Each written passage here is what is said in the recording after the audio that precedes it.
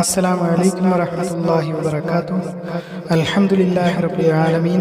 അല്ലാഹുമ്മ സ്വല്ലി അലാ സയ്യിദിനാ മുഹമ്മദിൻ വഅലാ ആലിഹി വസഹ്ബിഹി അജ്മഈൻ. ഒരാൾ തന്നെ കൊന്ന അക്രമിയായ മനുഷ്യൻ്റെ യുദ്ധമുതലുകൾ ഒന്നും എടുക്കാതിരിക്കുന്നത്, അല്ലെങ്കിൽ ഹുമുസ് സ്വീകരിക്കാതിരിക്കുന്നത്. മല്ലം യുഹമ്മിസിൽ അസ്ലാബ.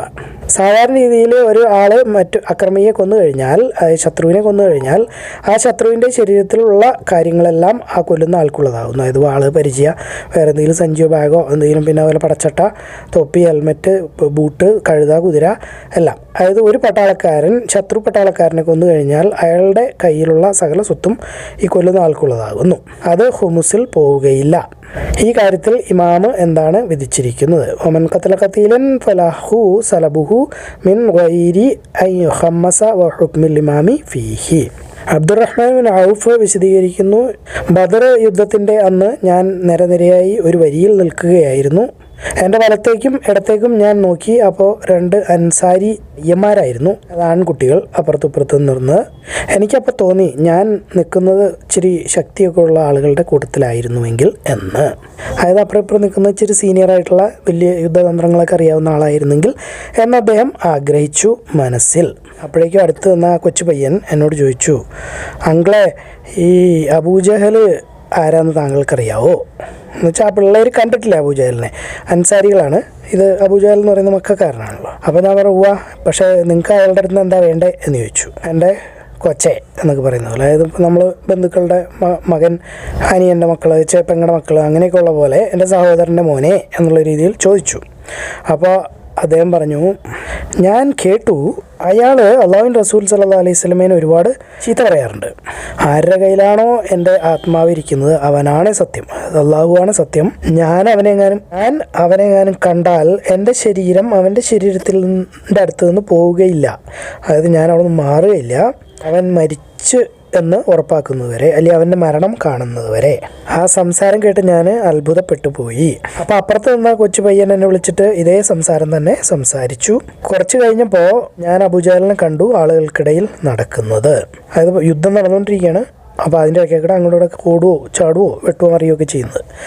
ഞാൻ ആ രണ്ട് പിള്ളേരെയും വിളിച്ചു. എന്നിട്ട് പറഞ്ഞു, ഇതേ കണ്ടോ, ഇതാണ് നിങ്ങൾ ചോദിച്ചുകൊണ്ടിരുന്ന മനുഷ്യൻ എന്ന് പറഞ്ഞു. അപ്പോൾ അവർ വാളും ആയി ഓടിച്ചെന്ന് അയാളെ വെട്ടി കണ്ട് അയാൾ മരിച്ചു എന്ന് ഉറപ്പുവരുത്തി. എന്നിട്ട് അല്ലാഹുവിൻ്റെ റസൂൽ സല്ലല്ലാഹു അലൈഹി വസല്ലമയുടെ അടുത്ത് വന്നിട്ട് അവർ ആ കാര്യം അറിയിച്ചു. അല്ലാഹുവിൻ്റെ റസൂൽ സല്ലല്ലാഹു അലൈഹി വസല്ലം ചോദിച്ചു, നിങ്ങളിൽ ആരാണ് അവനെ കൊന്നത്? രണ്ടുപേരും പറഞ്ഞു, ഞാനാണ് കൊന്നത് എന്ന്. അല്ലാഹുവിൻ്റെ റസൂൽ സല്ലല്ലാഹു അലൈഹി വസല്ലം ചോദിച്ചു, നിങ്ങൾ നിങ്ങളുടെ വാളുകൾ കഴുകിയോ എന്ന് ചോദിച്ചു. അപ്പോൾ ചോര എന്തെങ്കിലും നോക്കാനായിരിക്കും. അവർ പറഞ്ഞു, ഇല്ല. അപ്പോൾ അദ്ദേഹം അവരുടെ വാള് പരിശോധിച്ചു. എന്നിട്ട് പറഞ്ഞു, സംശയമില്ല, നിങ്ങൾ രണ്ടാളും കൂടിയാണ് അയാളെ കൊന്നത്. അതുകൊണ്ട് ആ മരിച്ച ആളുടെ, അതായത് അബൂജഹലിൻ്റെ കൊന്ന ആളുടെ യുദ്ധമുതലുകൾ Muadh bin Amr bin al ജമൂഹിന് കൊടുക്കും. ഈ രണ്ട് കുട്ടികളും മുആദ് ബിൻ അഫ്രയും Muadh bin Amr ibn al ജമൂഹും ആയിരുന്നു. ഇതിൻ്റെ വിശദീകരണത്തിൽ പറയുന്നു, റസൂൽ സല്ലല്ലാഹു അലൈഹി വസല്ലമയുടെ പരിശോധനയിൽ നിന്ന് അദ്ദേഹത്തിന് മനസ്സിലായി ഇബ്നു അൽ ജമൂഹിൻ്റെ വാളാണ് കൂടുതൽ ഉള്ളിലേക്ക് കയറിപ്പോയത്. അതായത് മാരകമായ മുറിവുണ്ടാക്കി കൊല്ലാൻ കാരണമായ വെട്ട് എന്ന് പറയുന്നത് ഇബ്നു അൽ ജമൂഹിൻ്റെ വാളിൽ നിന്നായിരുന്നു. ഈ ഹദീസിൽ കാണിക്കുന്നത് ഭരണാധികാരിക്ക് അല്ലെങ്കിൽ ഇമാമിന് യുദ്ധമുതലുകൾ കൊടുക്കാനോ അല്ലെങ്കിൽ മാറ്റി കൊടുക്കാനോ അല്ലെങ്കിൽ കൊടുക്കാതിരിക്കാനോ ഉള്ള അധികാരം ഉണ്ട്. عن صالح بن إبراهيم ابن عبد الرحمن بن عوف عن أبيه عن جدي قال بيننا أنا واقف في الصف يوم بدر فنظرت عن يميني وشمالي فإذا أنا بغلامين من الأنصار حديثة أسنانها تمنيت أن أكون بين أضلح منهما فغمزني أحدهما فقال يا عمي هل تعرف أبا جهل؟ قلت نعم. ما حاجتك إليه يا ابن أخي؟ قال أخبرت أنه يسب رسول الله صلى الله عليه وسلم والذي نفسي بيده لئن رأيته لا يفارق سوادي سواده حتى يموت الأجل منا. فتعجبت لذلك فغمزني الآخر فقال لي مثلها فلم أنشب أن نظرت إلى أبي جهل يجول في الناس فقلت إلى إن هذا صاحبكم الذي سألتموني فابتدراه بسيفيهما فضرباه حتى قاتله ثم انصفرنا إلى رسول الله صلى الله عليه وسلم فأخبراه فقال أيكما قتله؟ قال كل واحد منهما. أنا قتلته. فقال هل مسحتما سيفيكما؟ قال لا. فنظر في السيفين فقال كلاكما قتله. سلبه لمعاذ بن عمرو ابن الجموع وكان معاذ بن അഫ്രാഅ വ മുആദ് ബിൻ അംർ ബിൻ അൽ ജമൂഅ. അപ്പോൾ അവർ ഒരു മക്കളും കൊച്ചുമക്കളും ഒക്കെ ആവാനാണ് വഴിയുള്ളൂ. അപ്പോൾ അതുകൊണ്ട് വാപ്പായ അല്ലെങ്കിൽ വലിയപ്പാടെ കയ്യിലേക്ക് അത് ഏൽപ്പിച്ചു എന്ന് വേണം നമുക്ക് ഊഹിക്കാൻ. അബൂ ഖതാദ റളിയല്ലാഹു അൻഹു വിശദീകരിക്കുന്നു, ഞങ്ങൾ അള്ളാഹുവിൻ്റെ റസൂൽ സല്ലല്ലാഹു അലൈഹി വസല്ലമയോടൊപ്പം ഹുനൈൻ യുദ്ധത്തിൻ്റെ ദിവസം ആയിരുന്നു. യുദ്ധത്തിൽ ഞങ്ങൾ ശത്രുവിനെ നേരിട്ടപ്പോൾ മുസ്ലിങ്ങൾ പിന്തിരിഞ്ഞോടി, അല്ലെങ്കിൽ പുറകോട്ട് മാറി. അപ്പോൾ യുദ്ധത്തിൻ്റെ ഇതിന് തന്ത്രമായിരിക്കാം, അതല്ലെങ്കിൽ ഭയങ്കര യുദ്ധമായതുകൊണ്ട് അടി കിട്ടിയപ്പോൾ ഒന്ന് മുസ്ലിങ്ങൾ ഒതുങ്ങിപ്പോയി. അപ്പം ഞാനൊരു മുശ്രിക്കിനെ കണ്ടു. അയാൾ മുസ്ലിങ്ങളുടെ മേലേക്ക് ചാടി കയറുമായിരുന്നു, എന്ന് വെച്ചാൽ ഭയങ്കരമായി ആക്രമിക്കുന്ന ഒരു മുശ്രിക്ക്. അപ്പം ഞാൻ പതുക്കെ ചുറ്റിക്കറങ്ങി അവൻ്റെ പുറകിൽ കൂടെ വന്നിട്ട് അവൻ്റെ തോളിൽ വെട്ടി എൻ്റെ വാളുകൊണ്ട്. അപ്പോൾ ആ മുശ്രിക്ക് എൻ്റെ നേരേക്ക് വന്നു, എന്നെ അങ്ങ് പിടിച്ചു ഭയങ്കരമായിട്ട്. അത് ഭയങ്കര പിടുത്തമായിരുന്നു. ഞാൻ മരിച്ചു പോകുമെന്നാണ് തോന്നിയത്. പക്ഷെ അപ്പോഴേക്കും അയാൾ വെട്ടുകൊണ്ടതിൻ്റെ ഇതുകൊണ്ട് മരിക്കുകയും അപ്പോൾ അയാളുടെ പിടി പതുക്കെ ലൂസാവുകയും ചെയ്തു. അയാൾ എന്നെ വിട്ടു. ഞാൻ ഉമർ ബിൻ ഖത്താബിൻ്റെ അടുത്തേക്ക് ചെന്നിട്ട് ഞാൻ ചോദിച്ചു, എന്താ ഈ കുഴപ്പം, ആളുകൾക്ക് ഇവരെന്തിനാണ് പിന്തിരിഞ്ഞോടുന്നത് എന്ന്. അപ്പോൾ അദ്ദേഹം പറഞ്ഞു, ഇത് അള്ളാഹുവിൻ്റെ തീരുമാനമാകുന്നു. അങ്ങനെ ആളുകളൊക്കെ തിരിച്ചു വന്നു, എല്ലാവരും ഒരുമിച്ച് കൂടി. അപ്പോൾ റസൂൽ സല്ലല്ലാഹു അലൈഹി വസല്ലം അവിടെ ഇരിക്കുന്നുണ്ടായിരുന്നു. അവിടെ അദ്ദേഹം പറഞ്ഞു, ആരെങ്കിലും ഒരാൾ ശത്രുവിനെ കൊന്നതായി തെളിവ് ഉണ്ടെങ്കിൽ അതിൻ്റെ മേലുള്ള യുദ്ധമുതലുകൾ അയാൾക്കുള്ളതാകുന്നു. അപ്പം ഞാൻ എണീറ്റ് വന്നിട്ട് ചോദിച്ചു, എനിക്ക് ആരാണ് സാക്ഷിയായിട്ട് ഉണ്ടാവുക? അപ്പോൾ അതായത് തെളിവ് എന്ന് പറഞ്ഞാൽ സാക്ഷിയാവുക, അതാണ് വഴിയുള്ളൂ. എന്നിട്ട് ഞാൻ ഇരുന്നു. റസൂൽ സല്ലല്ലാഹു അലൈഹി വസല്ലം വീണ്ടും പറഞ്ഞു, ആരെങ്കിലും ഒരാൾ ഒരു ശത്രുവിനെ കൊന്നിട്ടുണ്ടെങ്കിൽ അതിൻ്റെ തെളിവ് ഉണ്ടെങ്കിൽ യുദ്ധ മുതലുകൾ അയാൾക്കുള്ളതാകുന്നു. ഞാൻ വീണ്ടും എഴുന്നേറ്റ് നിന്നു, എനിക്ക് സാക്ഷിയായി ആരുണ്ട്? അപ്പോൾ ആരും ഒന്നും പറഞ്ഞില്ല. ഞാൻ വീണ്ടും ഇരുന്നു. പിന്നീട് റസൂൽ സല്ലല്ലാഹു അലൈഹി വസല്ലം ഇത് മൂന്നാമതും പറഞ്ഞു. ഞാൻ അപ്പോഴും എഴുന്നേറ്റ് നിന്നു. അപ്പോൾ അള്ളാഹുവിൻ്റെ റസൂൽ സല്ലല്ലാഹു അലൈഹി വസല്ലം പറഞ്ഞു, അല്ലേ അബൂ ഖതാദ, എന്താണ് നിൻ്റെ കഥ? അപ്പം ഞാൻ എൻ്റെ കഥ മുഴുവൻ അദ്ദേഹത്തിനോട് വിവരിച്ചു കൊടുത്തു. ഒരു മനുഷ്യൻ എഴുന്നേറ്റ് നിന്നു, എന്നിട്ട് പറഞ്ഞു, അല്ലേ അള്ളാഹുവിൻ്റെ റസൂലേ, ഇയാൾ പറയുന്നത് സത്യമാണ്.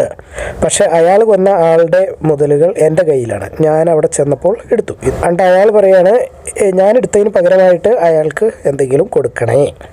അപ്പോൾ അബൂബക്കർ സിദ്ദീഖ് റളിയല്ലാഹു അൻഹു പറഞ്ഞു, പറ്റില്ല, അള്ളാഹു ആണേ അദ്ദേഹം, അതായത് അള്ളാഹുവിൻ്റെ റസൂൽ സല്ലല്ലാഹു അലൈഹി വസല്ലം ഒരിക്കലും അതിനെ സമ്മതിക്കുകയില്ല. അള്ളാഹുവിന് വേണ്ടിയും അവൻ്റെ റസൂലിന് വേണ്ടിയും യുദ്ധം ചെയ്ത അള്ളാഹുവിൻ്റെ സിംഹങ്ങളിൽ നിന്നും ഒരു സിംഹം നേടിയ യുദ്ധമുതലുകൾ വേറൊരാൾക്ക് അല്ലെങ്കിൽ നിനക്ക് തരാൻ പറ്റില്ല, അത് റസൂൽ സമ്മതിക്കില്ല. റസൂൽ സല്ലല്ലാഹു അലൈഹി വസല്ലം പറഞ്ഞു, അബൂബക്കർ സത്യം പറഞ്ഞിരിക്കുന്നു. അങ്ങനെ അള്ളാഹുവിൻ്റെ റസൂൽ സല്ലല്ലാഹു അലൈഹി വസല്ലം ആ യുദ്ധമുതലുകൾ എനിക്ക് തന്നു. ഞാൻ ആ പരിച വിറ്റു, അതായത് ആ യുദ്ധമുതലുകളിൽ നിന്ന് കിട്ടിയത്. ആ പൈസ കൊണ്ട് ഞാൻ ബനി സലീമയിൽ ഒരു തോട്ടം വാങ്ങിച്ചു. അപ്പോൾ ഒരു പരിചയമൊക്കെ പണ്ട് തോട്ടം മേടിക്കാനും മാത്രം പൈസ കിട്ടുമായിരുന്നു എന്നത് അത്ഭുതം തന്നെ. അതായിരുന്നു ഞാൻ മുസ്ലിം ആയതിനു ശേഷം ഉണ്ടായ ആദ്യത്തെ സമ്പാദ്യം. അൽ മുശ്രിക്ക് എന്നുകൊണ്ട് ഉദ്ദേശിക്കുന്നത് ബഹുദൈവാരാധകൻ, തീ ആരാധകൻ, വിഗ്രഹാരാധകൻ, അവിശ്വാസി, അള്ളാഹുവിൻ്റെ ഏകദൈവത്വത്തിൽ വിശ്വസിക്കാത്തവൻ, അവൻ്റെ റസൂൽ മുഹമ്മദ് സല്ലല്ലാഹു അലൈഹി വസല്ലമയിൽ വിശ്വസിക്കാത്തവൻ. ഇവരെയൊക്കെയാണ് നമ്മൾ പൊതുവെ അൽ മുശ്രിക്ക് എന്ന് പറഞ്ഞ് അടയാളപ്പെടുത്തുന്നത്. അൻ അബീ ഖതാദ റളിയല്ലാഹു അൻഹു قال خرجنا مع رسول الله صلى الله عليه وسلم عام حنين فلما التقينا كانت للمسلمين جولة فرأيت رجلا من المشركين على رجلا من المسلمين فاستدبرت حتى أتيته من ورائه حتى ضربت بالسيف على حبل عاتقه فأقبل علي فضمني ضمة وجدت منها ريح الموت ثم أدركه الموت فأرسلنا فلحقت عمر بن الخطاب فقلت ما بال الناس؟ قال أمر الله. ثم إن الناس رجعوا وجلس النبي صلى الله عليه وسلم فقال من قتل قتيلا له عليه بينة فله سلبه. فقمت فقلت من يشهد لي؟ ثم جلست ثم قال من قتل قتيلا له عليه بينة فله سلبه. فقمت فقلت من يشهد لي؟ ثم جلست ثم قال الثالثة مثله فقمت فقال رسول الله صلى الله عليه وسلم ما لك يا أبا قتادة فاقتصصت عليه القصة فقال رجل صدق يا رسول الله وسلبه عندي فأرضه عني. قال أبو بكر الصديق رضي الله عنه لا الله إذا لا يعمد إلى أسد من أسد الله يقاتل عن الله ورسوله صلى الله عليه وسلم يغطيك سلبه. فقال النبي صلى الله عليه وسلم صدق فأعطاه فبعت الدرع فابتعت به محرفا في بني سلمة فإنه أول مال ഫിൽ ഇസ്ലാം.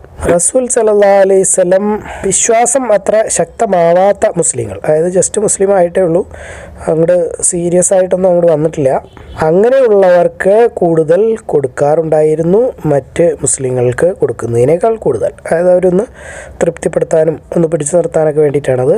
കാരണം അവർ അങ്ങോട്ട് പൂർണ്ണമായിട്ടും ഇപ്പോൾ സഹാബാക്കളുടെ ലെവലൊന്നും എത്തിയിട്ടില്ല. ജസ്റ്റ് ഒരു ഗോത്രമൊക്കെ വന്ന് മുസ്ലിം ആവുന്നു, അപ്പോൾ യുദ്ധത്തിലൊക്കെ വിജയിക്കുമ്പോൾ അവർക്ക് ഇച്ചിരി കൂടുതൽ കൊടുക്കും. അപ്പോൾ എന്തായിരുന്നു റസൂൽ സല്ലല്ലാഹു അലൈഹി വസല്ലം, അല്ലെങ്കിൽ എങ്ങനെയായിരുന്നു റസൂൽ സല്ലല്ലാഹു അലൈഹി വസല്ലം പുതു മുസ്ലിങ്ങൾക്ക്, അതായത് വിശ്വാസം പൂർണ്ണമാവാത്ത ആളുകൾക്ക് കൊടുത്തിരുന്നത്? മുസ്ലിങ്ങൾക്ക് എങ്ങനെയായിരുന്നു കൊടുത്തിരുന്നത്? ഹുമുസിൽ നിന്നും മറ്റ് വിവിധ വരവുകളിൽ നിന്നും. മാകാൻ നബിയു സല്ലല്ലാഹു അലൈഹി വസല്ലം യുത്തിൽ മുഅല്ലഫത ഖുലൂബുഹും വഗൈറഹും മിനൽ ഖുമുസി വനഹ്വിഹി. അബ്ദുല്ലാഹ് ഇബ്നു സെയ്ദ് ഇതേ കാര്യം പറഞ്ഞിട്ടുണ്ട് റസൂൽ സല്ലല്ലാഹു അലൈഹി വസല്ലമയെ ഉദ്ധരിച്ചുകൊണ്ട്. റവാഹു അബ്ദുല്ലാഹ് ഇബ്നു സെയ്ദിൻ അനിൻ നബിയ്യി സല്ലല്ലാഹു അലൈഹി വസല്ലം. ഉർവ ബിൻ അസ്സുബൈർ വിശദീകരിക്കുന്നു, ഹക്കീം ബിൻ ഹിസാം റളിയല്ലാഹു അൻഹു പറഞ്ഞതായിട്ട്, ഞാൻ ചോദിച്ചു അല്ലാഹുവിൻ്റെ റസൂൽ സല്ലല്ലാഹു അലൈഹി വസല്ലമയോട് എന്തെങ്കിലും തരണേ, അപ്പോൾ അദ്ദേഹം എനിക്ക് തന്നു. ഞാൻ അദ്ദേഹത്തിനോട് വീണ്ടും ചോദിച്ചു, അദ്ദേഹം വീണ്ടും എനിക്ക് തന്നു. എന്നിട്ട് അദ്ദേഹം പറഞ്ഞു, അല്ലയോ ഹക്കീമേ, ഈ സമ്പത്ത് എന്ന് പറയുന്നത് പച്ചയും മധുരമുള്ളതുമാകുന്നു, അതായത് പഴം പോലെയാകുന്നു. ഇത് അത്യാഗ്രഹമില്ലാതെയാണ് ഒരാൾ എടുക്കുന്നതെങ്കിൽ അവന് അതിൽ അനുഗ്രഹം ഉണ്ടാവും. ഇത് അത്യാഗ്രഹത്തോടെയാണ് ഒരാൾ എടുക്കുന്നതെങ്കിൽ അയാൾക്ക് അതിൽ അനുഗ്രഹം ഉണ്ടാവുകയില്ല. അത് വെറുതെ തൃപ്തിയാവാതെ തിന്നുന്നവനെ പോലെയാകുന്നു. ചിലപ്പോഴൊക്കെ വയറ് നിറഞ്ഞ് ശ്വാസം മുട്ടിയാലും പിന്നെ തിന്നാൻ തോന്നും, അത് തൃപ്തിയാവാത്തതുകൊണ്ട്. അപ്പോൾ അതുപോലെ ആയിരിക്കും. അതുമാത്രമല്ല, കൊടുക്കുന്ന കൈ, അതായത് മുകളിലുള്ള കൈ താഴെയുള്ള കൈ അല്ലെങ്കിൽ സ്വീകരിക്കുന്ന കൈയിനേക്കാളും എപ്പോഴും ഉത്തമം ആയിരിക്കും.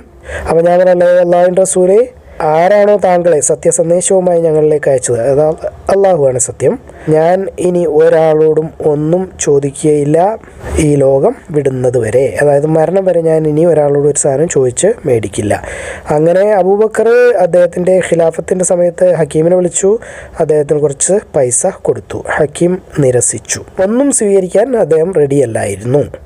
എന്നിട്ട് ഉമർ വിളിച്ചു അദ്ദേഹത്തിനെ. ഉമറിൻ്റെ ഭരണകാലത്ത് അദ്ദേഹത്തിന് എന്തെങ്കിലും കൊടുക്കണം എന്ന് ഉദ്ദേശിച്ചു. കാരണം ഈ വരുമാനമൊക്കെ ഉള്ള എല്ലാ മുസ്ലിങ്ങൾക്കും പങ്കായി കിട്ടുന്നതാണ്.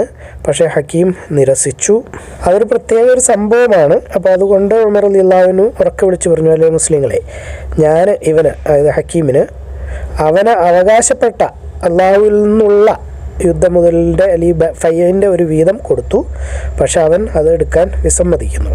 അങ്ങനെ ഹക്കീം ഒരിക്കലും ഒന്നും ആരോടും വാങ്ങിച്ചിട്ടില്ല റസൂൽ സല്ലല്ലാഹു അലൈഹി വസല്ലമയ്ക്ക് ശേഷം അദ്ദേഹം മരിക്കുന്നതുവരെ.